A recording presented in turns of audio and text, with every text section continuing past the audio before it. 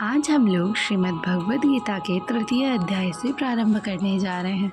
पिछले वीडियोस में हमने द्वितीय अध्याय तक खत्म कर लिया था, जिसमें हमने कर्म योग और ज्ञान योग की स्पष्ट व्याख्या देखी और भक्ति योग की एक छोटी सी झांकी देखी। ये श्रीमद् भगवद गीता यथारूप की जो किताब है, इसमें से गीता का सार नाम से लिखा गया है। इसमें बहुत ही अच्छी तरीके से इसे एक्सप्लेन किया गया था और भगवद गीता के प्रतिपाद्य हैं कर्म योग, ज्ञान योग और भक्ति योग। तो तीसरा अध्याय जो है वो कर्म योग है।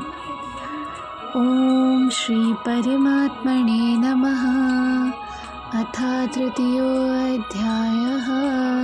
अर्जुन उवाच जायसि चेत् कर्मणस्ते मता बुद्धिर्जनार्दन तत्किं कर्मणि घोरे मां नियोजयसि केशव। अर्जुन ने कहा, हे जनार्दन, हे केशव, यदि आप बुद्धि को सकाम कर्म से श्रेष्ठ समझते हैं तो फिर आप मुझे इस घोर युद्ध में क्यों लगाना चाहते हैं। श्री भगवान कृष्ण ने पिछले अध्याय में अपने घनिष्ठ मित्र अर्जुन को संसार के शोक सागर से उबारने के उद्देश्य से आत्मा के स्वरूप का विशद वर्णन किया और आत्म साक्षात्कार के जिस मार्ग की संस्तुति की है वो है बुद्धि योग या फिर कृष्ण भावनामृत। हमने पूरे इसमें कृष्ण भावनामृत के बारे में ही देखा था। कभी कभी कृष्ण भावनामृत को भूल से जड़ता समझ लिया जाता है और ऐसी भ्रांत धारणा वाला मनुष्य भगवान कृष्ण के नाम जाप द्वारा पूर्णतया कृष्ण भावना भावित होने के लिए प्रायः एकांत स्थान में चला जाता है। लेकिन कृष्ण भावनामृत दर्शन में प्रशिक्षित हुए बिना एकांत स्थान में कृष्ण नाम जाप करना ठीक नहीं है। इससे अबोध जनता से केवल सस्ती प्रशंसा प्राप्त हो सकेगी। अर्जुन को भी कृष्ण भावनामृत या बुद्धि योग ऐसा लगा मानो वो सक्रिय जीवन से संन्यास लेकर एकांत स्थान में जाकर तपस्या करना हो, लेकिन ऐसा कुछ भी नहीं है। एक निष्ठ शिष्य होने के नाते उन्होंने ये बात अपने गुरु के सामने रखी और कृष्ण से सर्वोत्तम कार्य विधि के विषय में प्रश्न किया। उत्तर में भगवान ने तृतीय अध्याय में कर्म योग यानी कि कृष्ण भावना भावित के कर्म की विस्तृत व्याख्या की।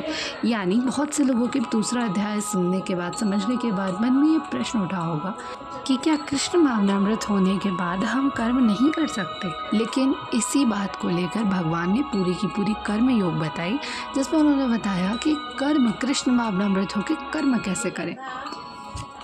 जिसके पश्चात व्यामी श्रेणेव वाक्येन बुद्धिमोहयसीव मे तदेकं वद निश्चित्य येन श्रेयोऽहमाप्नुयाम्। आपके व्यामिश्रित अनेकार्थक उपदेशों से मेरी बुद्धि मोहित हो गई है, अतः कृपा करके निश्चयपूर्वक मुझे बताइए कि इनमें से मेरे लिए सर्वाधिक श्रेयस्कर क्या होगा। पिछले अध्याय में भगवद गीता के उपक्रम के रूप में सांख्य योग, बुद्धि योग, बुद्धि द्वारा इंद्रिय निग्रह, निष्काम कर्म योग और नवदीक्षित की स्थिति जैसे बहुत तरह के मार्गों के बारे में बताया गया, लेकिन इसमें तारतम्य नहीं था, यानी कि इसमें क्रम नहीं था, ये क्रम से नहीं था। कर्म करने तथा समझने के लिए मार्ग की बहुत अव्यवस्थित रूपरेखा की आवश्यकता होगी। इसलिए अर्जुन इन भ्रामक विषयों को स्पष्ट कर लेना चाहते थे, जिससे सामान्य मनुष्य बिना किसी भ्रम के इन्हें स्वीकार कर सके।